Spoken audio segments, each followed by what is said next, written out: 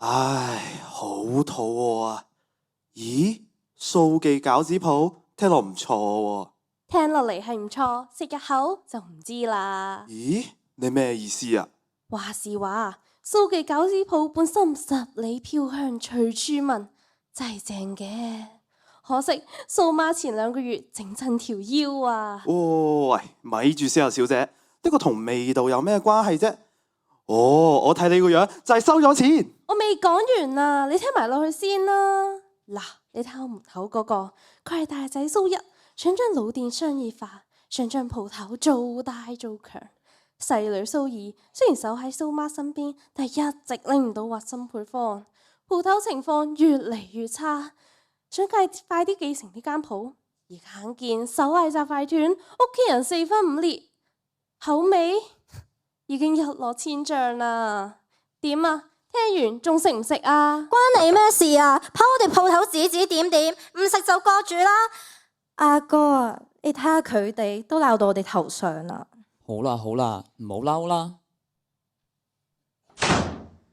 阿媽啊，學出面嗰啲連鎖店咁，引進翻啲機械翻嚟包餃子，咁咪快好多咯。依家人人都講求快，仲邊有咁多時間俾你慢慢整啊？時間就係金錢，效率就係生命啊嘛。阿哥啊，我哋屋企繼承傳統手藝咁多年，你點可以就咁放棄喎？呢個世代唔講人情味噶啦，只要我哋換好晒啲架撐，我就出去外面拗投資傾合作，一定可以做。夠啦！你都唔明阿媽嘅用心良苦，你嗰啲創新整出嚟嘅朱古力餃子啊，似屋小朋友玩嘅泥膠啊！有人揾你合作都偷笑啦。講嘢咁大口氣，就當我用機械做出最傳統嘅合一味餃子俾你哋睇，你哋就知道呢個時代真正需要嘅係乜嘢啦。你收下把口，積翻啲功德啦！有本事咪同我鬥下咯。邊個驚邊個先？搞個比賽，我實贏硬你啦。好啊，我叫阿媽做裁判咯。咦，媽咪人呢？我一直等緊你哋傾完啊，未等你哋拗完，間鋪都執笠啦。呢次比賽邊個可以整到最正宗嘅招牌合一味餃子，就係最終贏家。哼，見到未？趕皮呢啲用機械咪得咯，人手邊有部機咁靈活啊？哎呀，鹽少許，醬油少許。哼，呢啲都可以變成精細化嘅數據，做乜要咁麻煩啫？切，煮餃子嘅火候，我同阿媽學咗咁多年，都有7、8成嘅手藝啦。麵團配比1:1.47538，好準確嘅數據啊！用機械調配一定手到擒來。口水多過茶，仲比唔比賽㗎？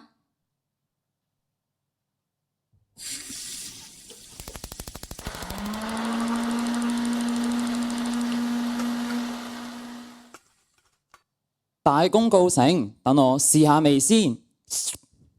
咦，唔對路喎，冇理由㗎，部機會出錯。我都整完，點解都仲係差少少嘅？唔係同配方差唔多咩？哼，如果唔係部機械故障，我實贏硬啦。你部嘢壞咗啊，咪都係要靠手藝。阿仔阿女啊，你哋一個想向前行，一個想守初心，都冇錯。仲記唔記得我同你哋講過嘅嘢？吓，阿媽最後嘅提醒啦，合一味。我哋嘅招牌。我明啦，我哋要嘅係團結，將阿媽俾我哋嘅配方同某部機合二為一。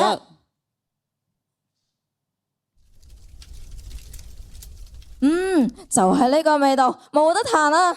終於，我之前仲話用機械先係王道，睇嚟我要摒棄呢啲咁嘅諗法啦。原來阿媽話嘅合一味就係我哋兩兄妹同心協力。其實合一味餃子冇準確嘅秘密配方，只要你哋團結一心，就係我哋蘇記餃子鋪最寶貴嘅獨家配方啦。行過路過冇錯過啦喂！蘇記餃子大變身，街坊都嚟試食下啦！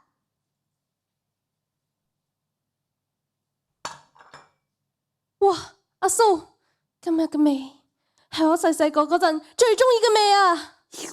係啊，竟然咁好食！咦，你之前仲同我講呢間鋪頭唔好食，你就係收咗錢？冤枉啊！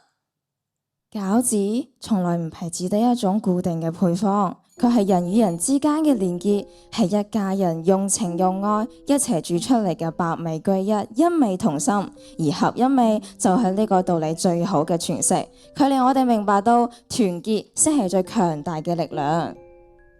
多謝各位。位。